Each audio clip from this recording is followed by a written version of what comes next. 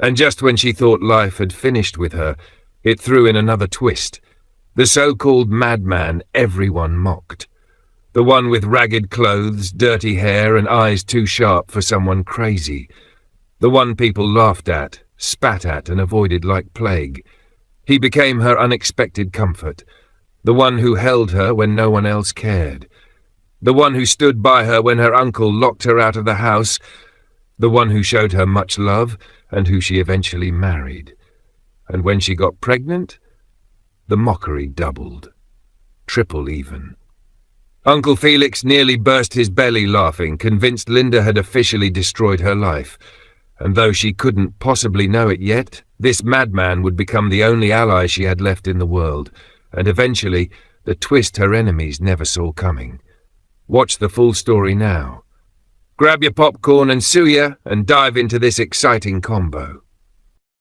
The full story. She was only in her 3rd year at university when life decided to play its cruelest joke.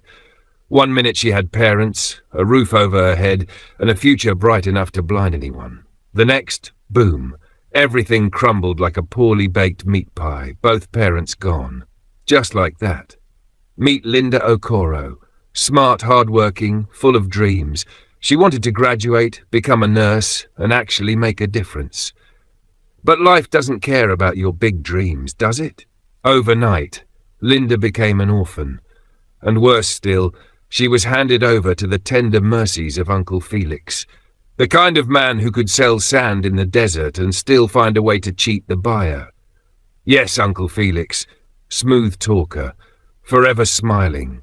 The kind of uncle that greets you with one hand and steals from you with the other. While the mourners were still crying at her parents' burial, he was already calculating bank accounts, houses, cars, everything her father ever worked for. And when he finally showed his true colours, it was game over for Linda. He grabbed everything and left her with nothing but memories and debts. But let's rewind a little, because before tragedy knocked on their door, the Okoro household was the kind of family everyone wished they had. Their house wasn't a mansion, but it was a home. A real home.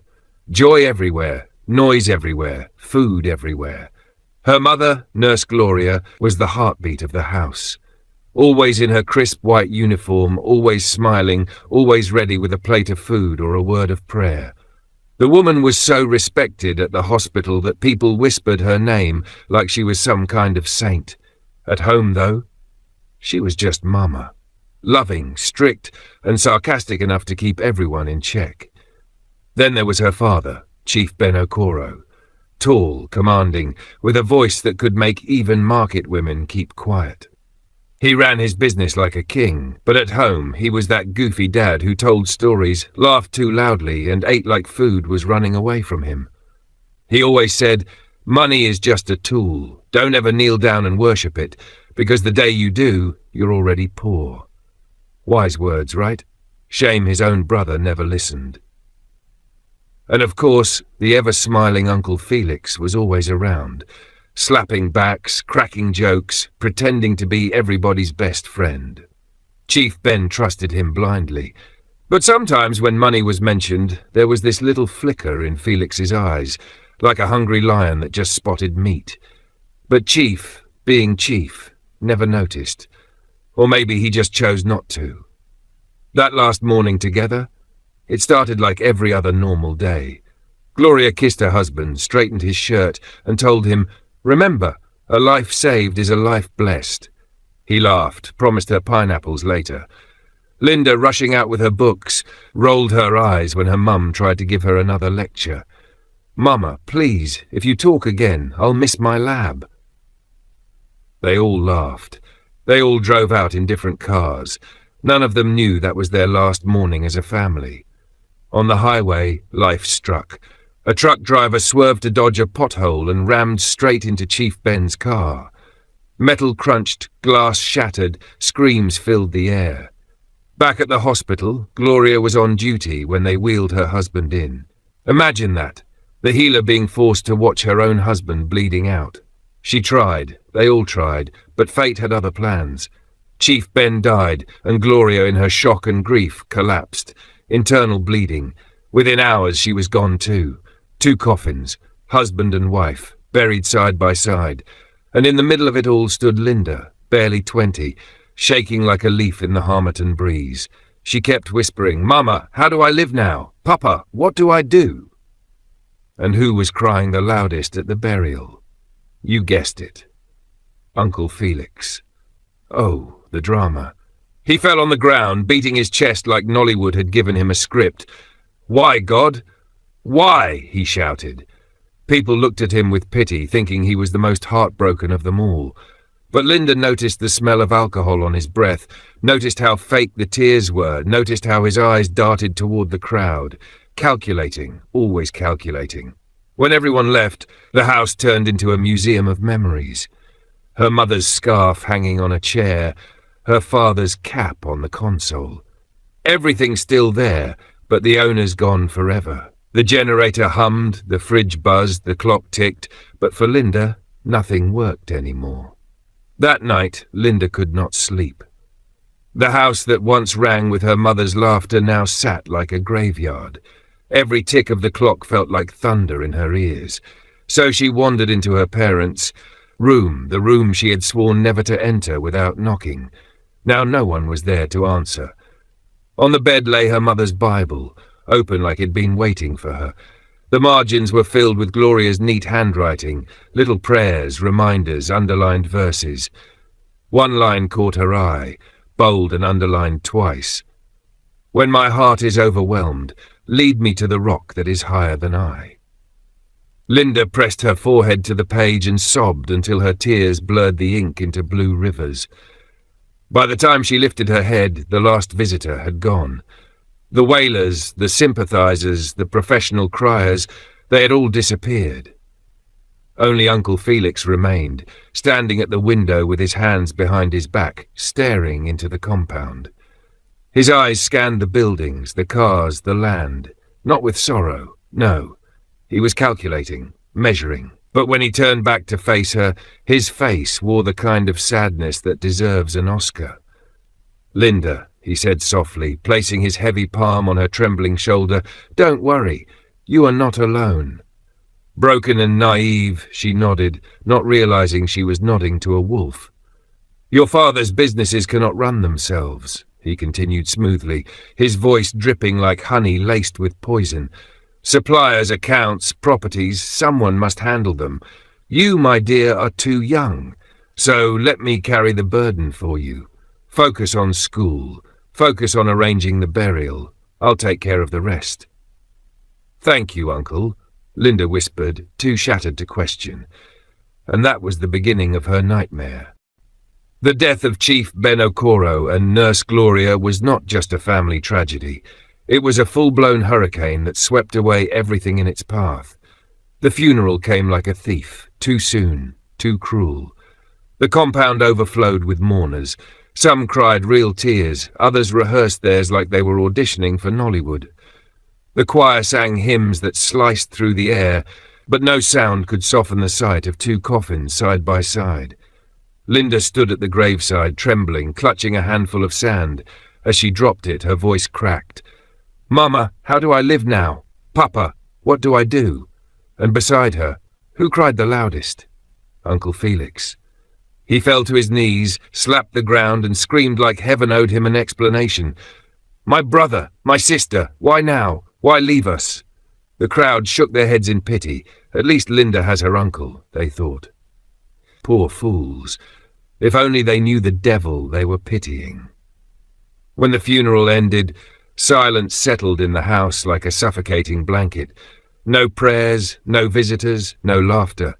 Just Linda, sitting alone in her mother's room, clutching Gloria's scarf and inhaling the faint scent of perfume that still lingered.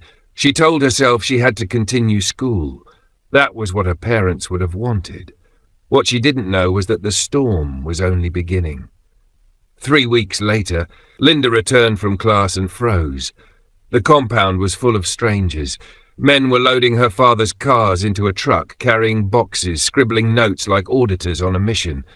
"What's going on here?" she demanded. "By order of Mr. Felix," one man replied without looking up. "He is now managing Chief's properties." Her heart pounded. She stormed inside, and there he was, Uncle Felix, sitting boldly behind her father's desk as if it had been made for him. "Uncle, why are you taking Papa's things?" she cried. Felix leaned back in the chair, laced his fingers across his stomach and smirked. "Linda, my dear, you are too young to run businesses worth millions. Your father trusted me. If I don't step in now, everything will crumble." "That's a lie," she shouted, tears in her eyes. "Papa never said that. These businesses are mine. I am his daughter." And then the mask dropped. His eyes hardened, his voice turned sharp. "Be careful, girl. You have no power, no money, no husband. If I abandon you, what will you eat? Where will you sleep?" The words sliced into her like a blade. For the first time, Linda saw his true face. From that day, her father's empire crumbled piece by piece. The bank accounts?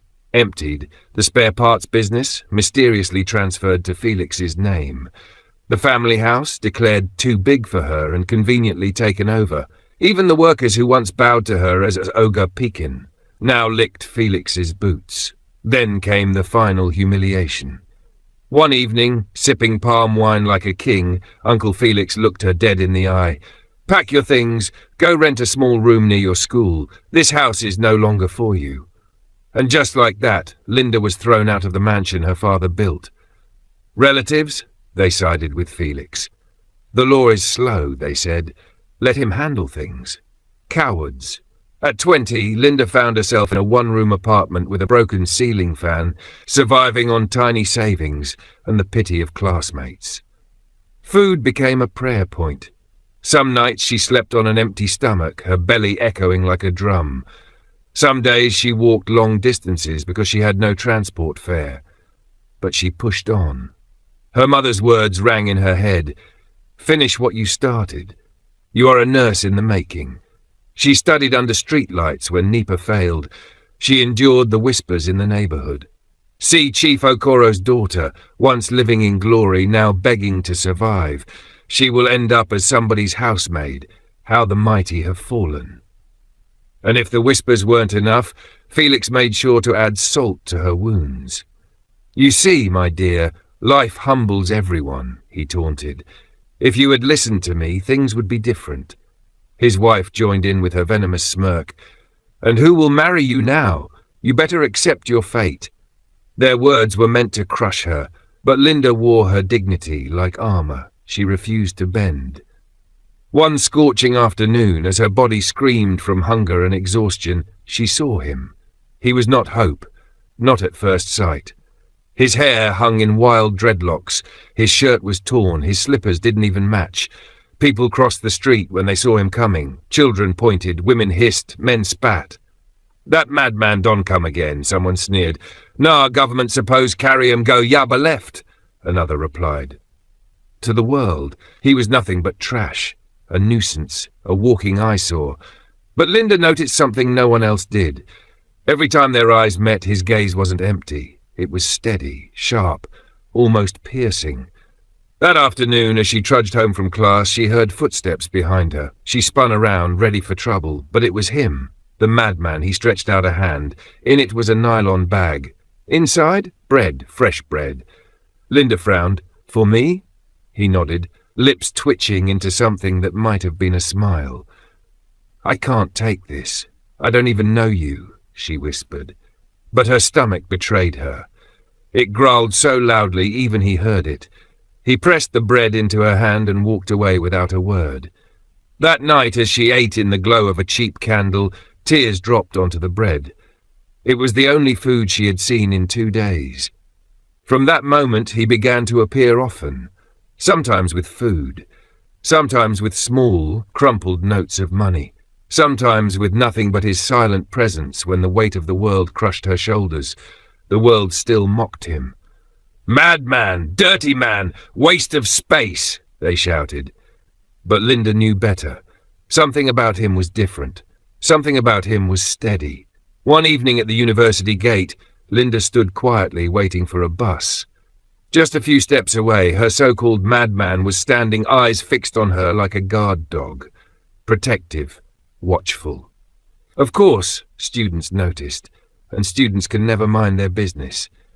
The moment they saw Linda, Chief Benacoro's only daughter, standing close to a dreadlocked man with torn slippers and a face that looked like it had fought the sun all day, the whispers started. Then the laughter followed. "Chai! See Linda O! From riding her papa's Prado to standing beside a lunatic. Life don't humble her," one boy shouted. Another girl hissed, "Better watch Am. Very soon her children go dey bark at night. Madman peekin' no dey hide." The laughter grew louder. Some spat on the ground in disgust. Others laughed until they nearly collapsed. Linda's ears burned, her face hot with shame. But when she turned to look at him, at Raymond, he wasn't laughing. He wasn't ashamed. His eyes carried a strange calm, a quiet strength that somehow kept her from breaking apart. And strangely, that steadied her more than anything. By the next week, the gist had spread like bushfire. In her department, at the market, even in her neighborhood, everywhere. Linda wasn't Chief Ben's daughter anymore. No, she had a brand new title, the Madman's girlfriend. Of course, this sweet gist did not take long to reach Uncle Felix. One evening he summoned her to his house. His wife, Stella, sat beside him with that kind of smile that is not a smile. It was a smirk dripping with insult. "So it is true," Uncle Felix began, his voice oozing fake pity. "The daughter of my late brother, the pride of our family, now moving around with a street madman." Linda swallowed hard. "Uncle, he is not what people think. He has been good to me when nobody else cared." Felix burst into laughter so loud the windows almost vibrated. "Good? A madman? My dear, the only thing a madman can give you is bones, rags, and madness. Maybe one day, if God helps you, both of you can open a psychiatric clinic.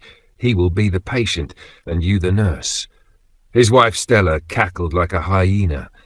"At least he will keep her company in the gutter. Husband and wife sharing dustbin." Tears burned Linda's eyes, but she refused to bend. She stood tall, her voice clear and sharp. "Uncle, mock me if you want, shame me if you like, but at least he has never stolen from me, unlike you who stole everything my father worked for." Boom. Thunderbolt. The room fell silent. Uncle Felix's face changed instantly. His eyes bulged, veins stood out on his forehead. "You dare talk to me like that? Foolish girl," he shouted. Linda shook as she left the house, but inside her chest there was a strange pride. For once she had spoken the truth. Weeks turned into months. Life became tougher. Sometimes Linda thought she wouldn't survive. But every single time she was at the edge of giving up, Raymond showed up. Sometimes with enough money to cover her tuition. Sometimes with brand new textbooks. She never asked how, and he never explained. He would simply hand it over and walk away, leaving her puzzled. One night, after coming back from school hungry and tired, she saw a small envelope under her door. She opened it. Inside, 50,000, enough to pay her fees. On the front, written in shaky handwriting, were just 3 words: "Don't give up." She pressed the note to her chest, tears soaking her cheeks. Friends had abandoned her. Relatives mocked her. Even the church had turned cold. But him, this man everyone spat at, was the only one holding her up. The bond grew, and as days rolled into nights, Linda began to see beyond the dreadlocks, beyond the tattered clothes. She saw the courage, the gentleness, the strange loyalty. So when one evening Raymond stammered through his words and asked for her hand in marriage, she said yes. Not because she was desperate, but because she had seen the man behind the mask that the world never cared to see. Their wedding? Please, let's not even call it a wedding. A few plastic chairs in a small church, a sweating pastor who struggled to find the right words, and 2 witnesses who looked more bored than blessed. No convoy, no loudspeaker, no jollof rice, just Linda and Raymond, whispering vows like fragile secrets. Outside, people were already gossiping. "Na prayer meeting dem do? That's not wedding. Chief Ben's daughter reduced to this?" When Uncle Felix heard, he threw a whole feast at his house, not to celebrate, but to mock. "Ladies and gentlemen," he announced, glass of wine in hand, Our dear niece has finally chosen her destiny. She has married a madman.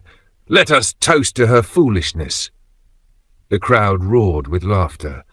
His wife Stella clapped her hands and added, "At least she won't need to worry about paying rent.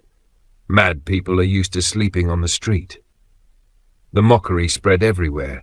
People pointed fingers as Linda passed. "Look, that's the madman's wife." But Linda had learned to keep her chin high. Even when her heart was bleeding, she refused to bow. Their small one-room apartment was more like a shoebox than a house. A leaking roof, a kerosene stove, a creaky cupboard. When it rained, Raymond dashed around, positioning bowls under the leaks like a soldier in battle. When it was hot, the room became a frying pan, and Linda studied with sweat dripping onto her notes. Food was a luxury. Most nights it was Gary and groundnut, or just plain water. Yet somehow Raymond always had enough for her school fees. One evening, Linda held the crumpled naira notes and asked, "Raymond, where do you keep getting this money?" He avoided her eyes. "Don't worry about me. Just focus on your dream. Finish school. Become the nurse your mother always wanted." Linda's throat tightened. She held his hand, the same dirty hand the world mocked. "Even if the whole world calls you mad," she whispered, "to me, you are my angel." He gave a faint smile, but deep inside, storms raged. Because what Linda didn't know was that Raymond was not what he appeared to be. Every morning he left the house in rags, but instead of roaming the streets, he disappeared into the polished offices of his empire. He wasn't begging. He wasn't scavenging. He was sitting with his staff, signing checks, moving pieces on the vast chessboard of his hidden kingdom. By evening he returned home, dust-covered, slipping back into the role of the madman. And only Linda saw the man behind the disguise. Not a billionaire, not a boss, but the quiet companion who refused to ever abandon her. One hot afternoon, just a few weeks before exams, Linda nearly fainted when she got to the university bursary. "Your tuition is cleared, Miss Okoro," the cashier said casually, stamping her receipt. Linda blinked like someone slapped her. "Cleared? Paid? Who? Who paid it?" The woman didn't even raise her head. "I don't know. It's cleared. Next." Linda clutched the receipt like it was a golden ticket from heaven. She rushed home, breathless, her sandals slapping the dusty road. "Raymond!" She shouted the moment she entered their small room. "They said my fees are paid. Completely! Who did this? How?" Raymond, sitting on the floor pretending to fix a broken lantern that had been dead since 1999, looked up slowly. He shrugged. Maybe God touched someone's heart. Linda froze. Her throat tightened, tears burning her eyes. She dropped to her knees and hugged him so tightly that the lantern rolled away. "You don't know what this means to me." She cried against his chest. "I thought I would drop out. I thought Mama's dream of me becoming a nurse would die with her. But now, Raymond, now I have hope again." He wrapped his arms around her, but inside his chest was a battlefield. Joy, because she loved him even in his disguise. Pain, because he longed to tell her the truth, that it wasn't somebody, it was him. That the madman wasn't mad at all, that her suffering would soon end. But he stayed silent. Not yet. The time wasn't ripe. As the months rolled by, their love only grew deeper. Linda discovered something she never thought she would. Happiness wasn't in big weddings, flashy cars, or expensive lace. Happiness was in the little things. It was in Raymond waking up before dawn to fetch water so she wouldn't be late to class. It was in him sitting quietly beside her when she read by candlelight. It was in the way he hummed small tunes when she got overwhelmed. One evening, as rain poured heavily and the roof leaked like a sieve, they sat hungry, their stomachs growling like angry drums. Linda turned to him, her eyes shining in the dim light.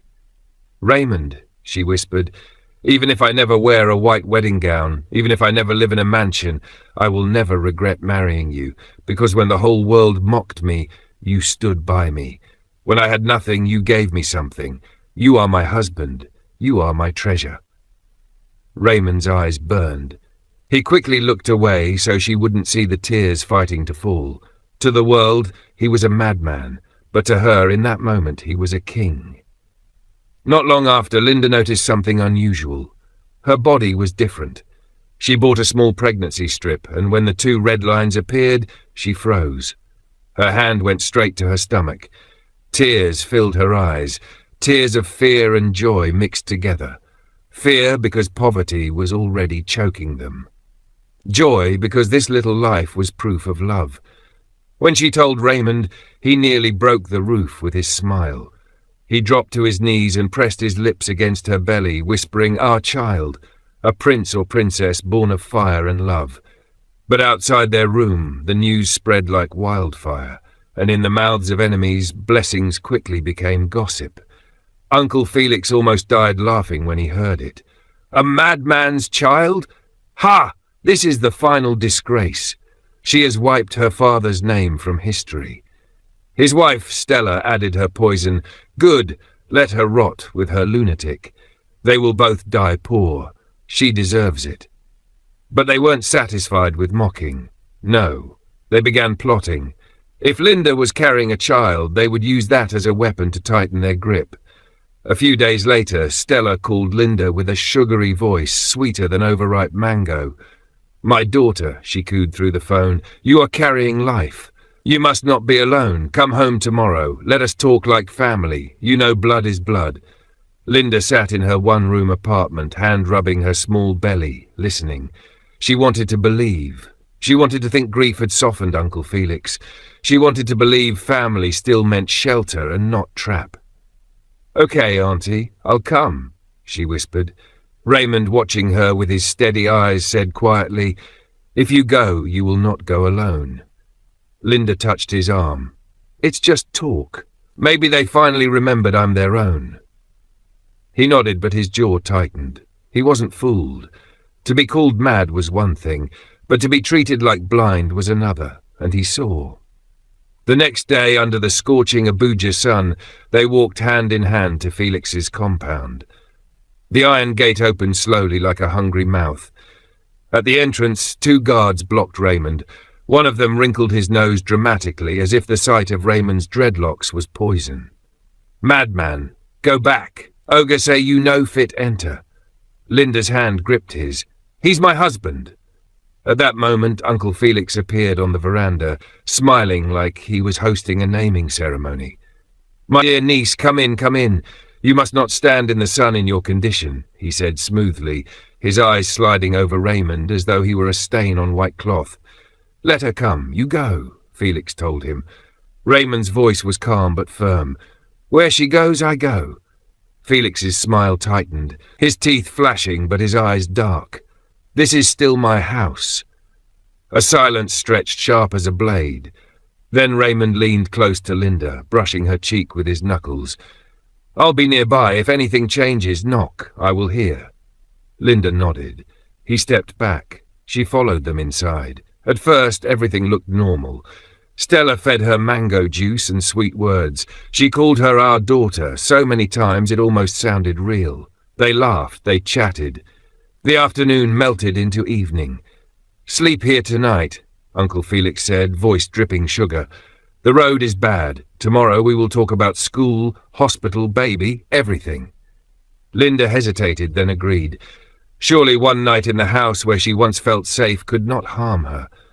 But at midnight, her eyes flew open. She heard footsteps, whispers, the jingle of keys.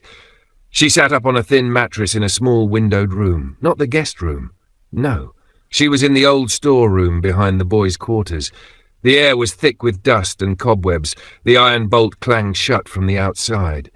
Her chest tightened. She ran to the door and pushed. It didn't budge. She pounded. "Uncle, Auntie!" A slot in the wooden door slid open. Uncle Felix's cold eye stared at her. "Rest," he said flatly.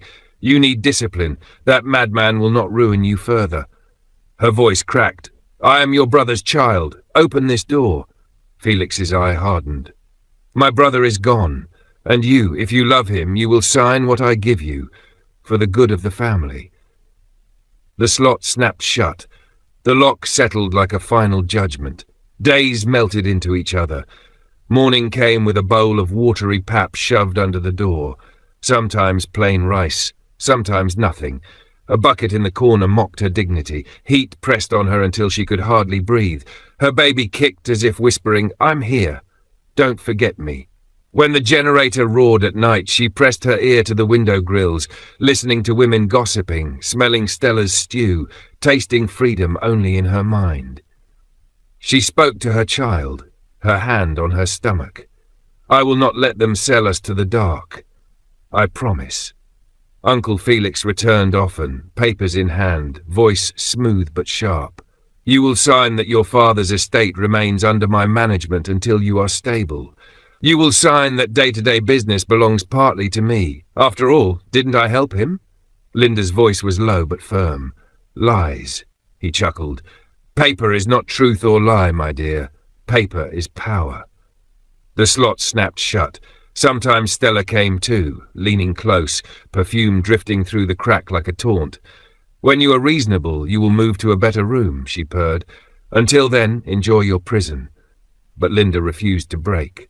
She saved her strength like a miser saves coins. She stretched her body, whispered her mother's psalms, turned folded cloth into pillows and stubbornness into blankets. Hunger came and went. Insults rained, but inside her, fire burned. Every night, the compound went quiet after Uncle Felix and his family stuffed themselves with food that didn't even belong to them. But Linda's small prison, her mother's old storeroom, never knew quiet. Hunger had a voice, and it growled in her stomach like a lion that refused to be tamed. And somewhere in the shadows of the compound, a man in rags waited. The one everybody mocked as Raymond the Madman. They said his brain had taken early retirement, but Linda wasn't so sure. There was something in his eyes that didn't match his dirty shirt and tangled hair. On the third night, while she lay half asleep on the hard floor, she heard it. A soft sound at the window, tick-tick, like a lizard dancing on the zinc. Linda's heart jumped. Slowly she crawled to the barred window and peeped. There he was, Raymond. Not fully man, not fully shadow, just there. His eyes glowed in the thin light like someone who knew far more than he was saying. "Don't talk," he whispered, his voice thin as a breeze. His hand slid through the bars and dropped something into her palm. Linda looked down. A sachet of clean water. 2 packs of prenatal vitamins, a piece of bread wrapped in newspaper, and 1 small folded note. Her eyes burned. Bread? Vitamins? Water? Not even Uncle Felix, who claimed to be her guardian, thought of that. She sank to her knees, tears dripping, whispering, "Thank you," even though he told her not to speak. She unfolded the note. The handwriting was sharp and steady. "Hold on. Don't sign anything. 2 days, I will return." Hope rose in her chest like someone had just lit a candle in the dark. Suddenly, lights snapped on in the main house. Voices carried through the night. Linda shoved the bread under the mattress, hid the vitamins inside the hem of her wrapper, and pressed the note against her chest like it was her heart itself. Footsteps approached. She froze, forcing herself to breathe silently through her mouth until the footsteps faded. When the noise died, she turned back to the window. Raymond was still there, standing as if carved into the night. He didn't move until the silence swallowed the compound again. "If they threaten you, don't speak," he whispered. "If they starve you, remember this. Emptiness is not absence. God is even in empty rooms. 2 days, Linda." Her throat tightened. She wanted to ask 1,000 questions, but only one came out. "Our child is kicking." Raymond's lips curved slightly. "For joy," he said, and melted back into the dark. The next morning, Uncle Felix returned with a new strategy. Oh, he was a man of many tactics, switching tricks like a magician who'd run out of rabbits. This time, religion. He dragged in a man in a stiff black suit, Bible so big it looked like a weapon, and introduced him proudly as Pastor Emmanuel Onu. The so-called pastor placed one heavy hand on the storeroom door and started shouting. Not praying, shouting. "Spirit of madness, leave this family! Spirit of shame, depart!" His voice thundered like he was competing with a loudspeaker. Linda sat on the floor listening. Half the time she wanted to laugh. The other half she wanted to scream. She had seen real pastors before, the kind who carried your brokenness carefully like a basin of water. This man? He carried performance. And then the threats began, cleverly wrapped as prophecy. If you refuse to sign those documents, calamity will follow you. Your unborn child will suffer. Linda stood, walked close to the door and spoke calmly through the wood. Sir, real prophecy doesn't come with blackmail. For a full second, silence. Then Uncle Felix's hiss cut through the air. You see her stubbornness? You see it? They left in a rage that smelled like kerosene. The door stayed locked. That evening, a woman came to wash plates in the backyard.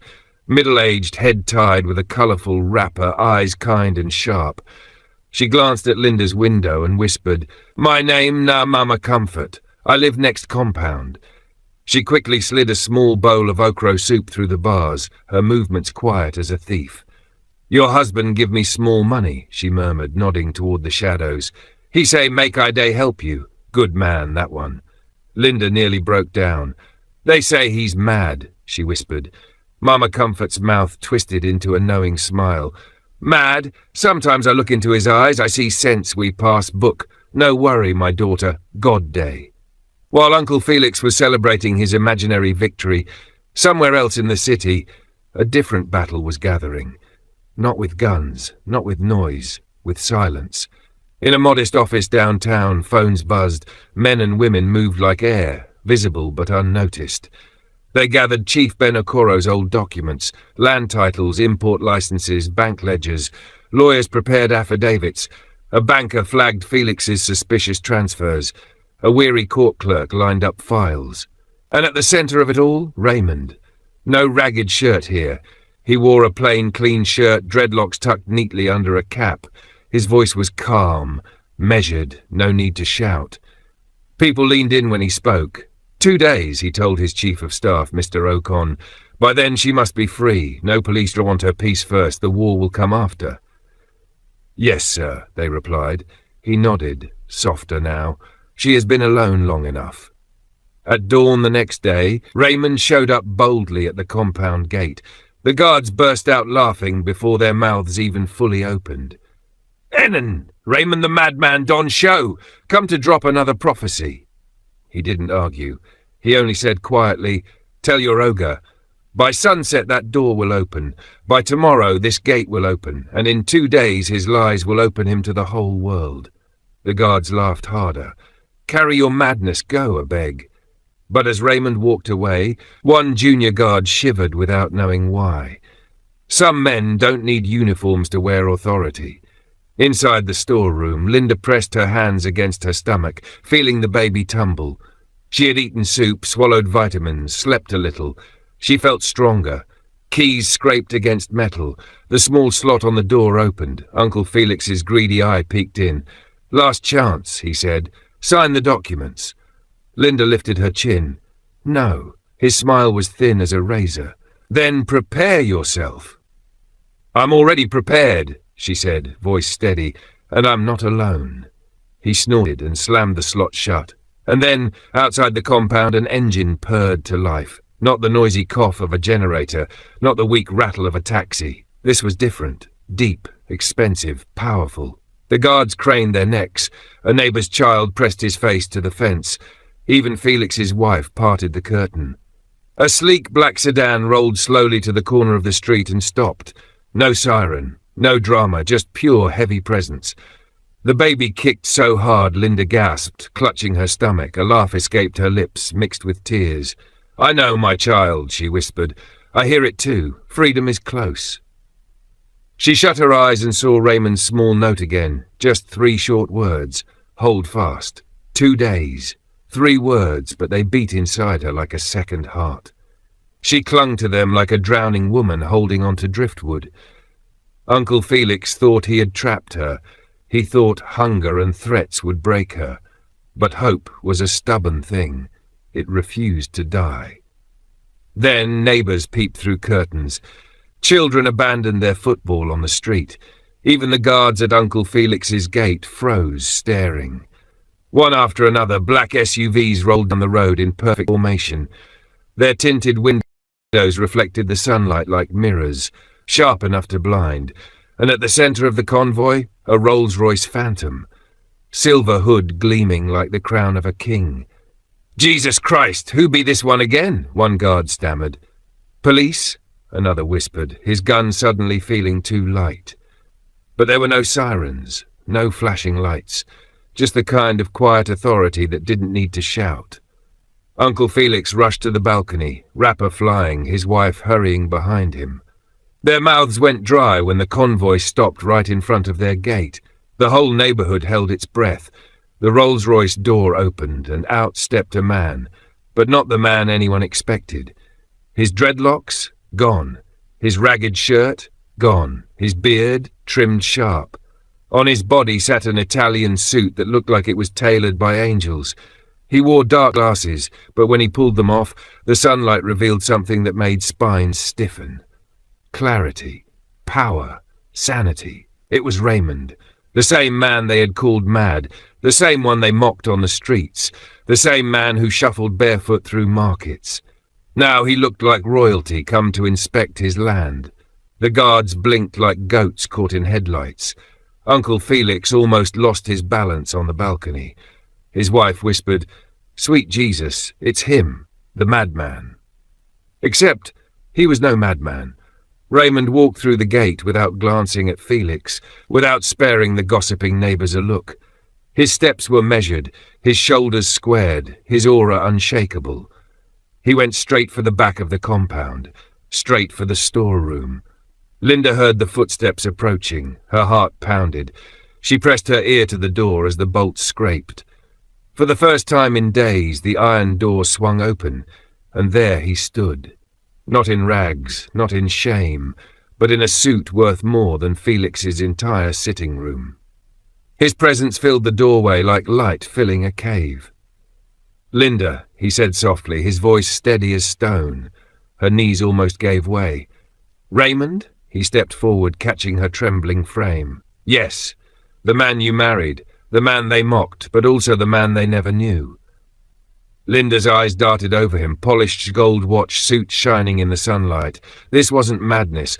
This wasn't a dream. This was truth finally ripping off its disguise. "Listen to me," he said, lifting her chin gently. "I am not who they thought I was. I was never mad." Her lips parted, but tears drowned her words. "I am Raymond Tober," he continued, "CEO of Tober Tech. I own businesses in oil, gas, real estate. I am worth billions, Linda, but I disguised myself because I needed something money could not buy." She shook her head in disbelief. "Billions? You? All this time?" "Yes," his eyes softened. "I lived as a madman to test people, to test women. I wanted to see who could love me, not my money, not my power, but me. And you saw me when the whole world spat on me. You defended me when they mocked. You married me when they called me worthless." Linda broke down, clutching his chest, her tears staining his expensive suit. "All this time," she sobbed, "I thought you had nothing. I thought you were poor. I thought—" He held her tighter. "Love tested in riches is easy, but love tested in shame, that is pure. You passed the test, Linda, and now you will never know shame again." She pressed her swollen belly against him, their unborn child safe between the truth and the lie finally broken. Uncle Felix stumbled toward them, his wrapper barely hanging. His wife clutched his arm, her face pale. This cannot be!" Felix stammered. "This man is mad! He was mad!" Raymond turned slowly, his eyes burning like fire behind calm. "Mad?" he asked, his voice carrying across the compound. "Yes, that's what you called me. That's what you laughed at. That's what you used to humiliate her. But tell me, Felix, does a madman own fleets of Rolls-Royce? Does a madman command empires?" Felix's throat bobbed like a fish gasping for air. Raymond stepped closer. His tone sharpened. "You robbed Chief Ben Okoro's wealth. You mocked his only child. You locked her in a room like an animal, and yet you dared to laugh.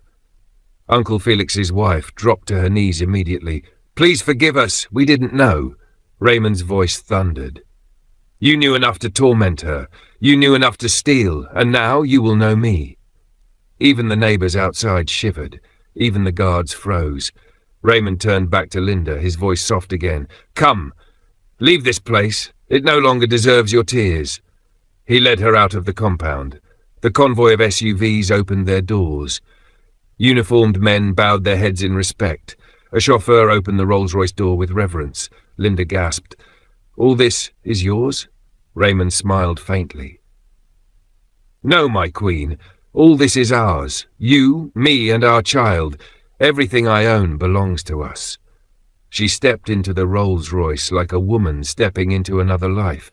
The same neighbours who once laughed now covered their mouths, whispering in awe. So the madman is a billionaire, and she is his queen. The car door closed softly, but the message thundered across the street. As the convoy glided away, Raymond held Linda's hand. His voice was low, but each word carried steel. "Linda, I made a promise to myself. The day I revealed my true self would be the day I set things right. Felix thought he buried you in shame, but what he buried was his own destruction. I will recover your father's legacy, and when I am done, Felix will kneel before you." Linda's tears spilled again, but these were not tears of sorrow. They were tears of relief, of pride, of love so fierce it scared her. "You saved me," she whispered. "No," Raymond said, wrapping his arms around her as the Rolls-Royce slid through the city. "You saved me." For the first time in years, Linda felt hope heavy in her chest, strong, unbreakable. The convoy rolled through the city like a river of power. Hawkers paused mid-sail. Taxi drivers craned their necks. Market women shielded their eyes. Everyone whispered as the Rolls-Royce passed. The man they once called mad, the woman they mocked, now gliding like royalty. At last, the convoy reached Golden Gates, guarded by men in crisp uniforms. They saluted sharply. "Welcome home, sir." The gates swung open, revealing an estate that looked more like a kingdom. Fountains danced, palm trees swayed. A mansion with glass walls and golden balconies gleamed in the sun. Linda pressed her hand to her lips, trembling. "Raymond, this can't be ours." He smiled gently. "It is. Everything you see belongs to us." She shook her head, sobbing. "No, people like me don't live here. I'm the girl they mocked, the one who married a madman. I ate Gary at night. I begged for help. How can this be mine?" Raymond cupped her face. "Listen to me, Linda. You were never poor. You had dignity. You had loyalty. You had love. That is wealth no money can buy. You deserve this more than anyone." She broke down in his arms, crowned not by jewels but by tears. And the guards, the staff, the entire city would remember that day. The day a mocked girl stepped into her throne beside the man the world had laughed at. Inside the mansion, it felt like Linda had stepped straight into a Nollywood movie. Only this time, she was the leading lady. The staff stood lined up like soldiers on parade, their uniforms pressed sharper than razors. "Welcome, sir," they chorused in unison, bowing so low you'd think the floor was magnetic. Then the chief steward cleared his throat, puffed his chest, and added with pride, "And welcome, madam." Linda froze. Madam? Her? The same Linda who once used a bucket to fetch water from a leaking public tap? The same girl who ate cassava flakes with palm oil while neighbours laughed? "Madam Key." The word hit her like thunder. She clutched her stomach as tears rolled down, not from sadness, but from disbelief. She had been mocked, spat on, and locked in a filthy storeroom like a stray goat. And now, maids in silk uniforms were bowing at her feet. They ushered her into the grand hall, and oh, Jesus, if walls could talk. Crystal chandeliers rained light like diamonds falling from heaven. Marble tiles polished so clean that Linda could see her reflection, and that reflection looked nothing like the woman who once lit candles just to read at night. Her legs grew weak. She sank into the nearest chair and buried her face in her hands. "God, is this really me?" she whispered. Raymond knelt beside her, his voice steady, almost playful. "Yes, Linda, this is you, this is us. They called you a fool for marrying me, but today that same world will learn who the real fools are." For hours, Raymond walked her through his empire like a tour guide of power. He showed her the boardroom with glass walls, where his executives sat stiff as statues, waiting for instructions. The moment he walked in, they rose to their feet. "Good evening, sir." Then their eyes slid to Linda. "Good evening, madam." Madam again. Linda almost fainted. She lowered her gaze shyly, cheeks hot with embarrassment. She wasn't used to respect. She was used to insults. Raymond wasn't done. He took her to the tech hub, where young engineers clicked away on computers, building software so advanced it could power banks and even governments. "This is Payback," he explained casually. "Branches in Lagos, Accra, Nairobi, London. This is just one floor." Linda gasped. "You built all this while everyone thought you were roaming the streets mad?" "Yes," Raymond replied with a half-smile, "and I let them think so. None of this meant anything if I couldn't find love. A love that saw me, not my billions." He took her next to the oil and gas offices, the real estate wing, and even the charity section where widows and orphans were being cared for with scholarships.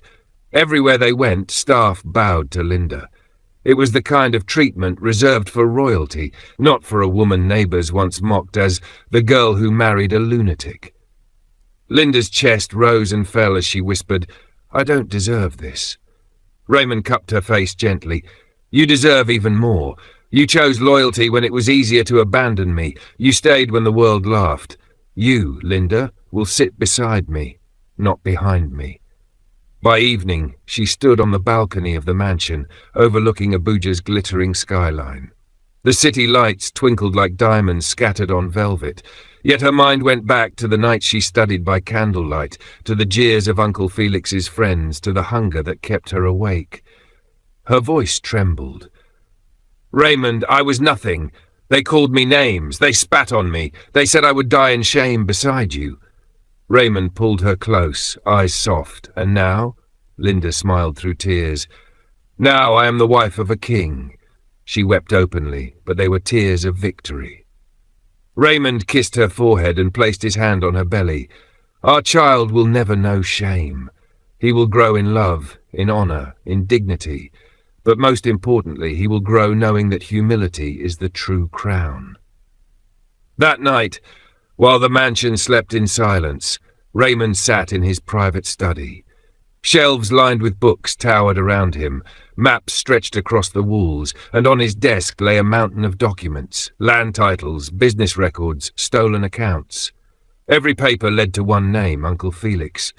Raymond's eyes hardened like stone. He had given Linda her joy back, but his mission wasn't finished. Justice had not yet spoken. When Linda walked in wearing a simple silk gown from her new wardrobe, his jaw was tight, his eyes dangerous. "What is it?" she asked softly. He looked at her belly, then back at the papers. "Felix thought he buried you in poverty, but all he buried was his own downfall. Tomorrow I confront him, and when I'm done, he won't just fear me, he'll bow." Linda shivered, half in fear, half in excitement. She walked to him, placed her hand on his and whispered, "Whatever happens, Raymond, I stand with you." He squeezed her hand firmly. "Then let the world prepare."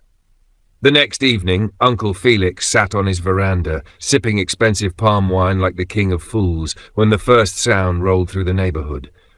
Engines. Heavy, growling, unrelenting.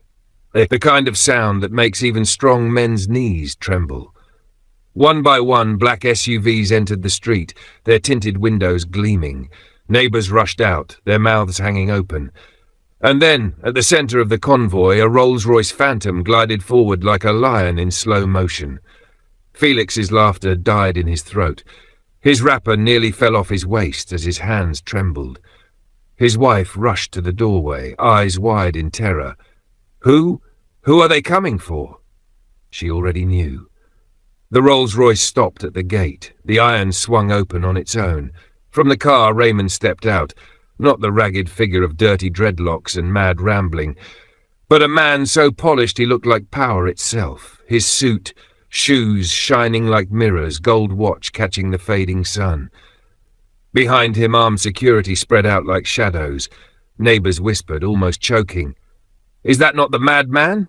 Jesus, he's a billionaire. So Linda is the wife of a king after all."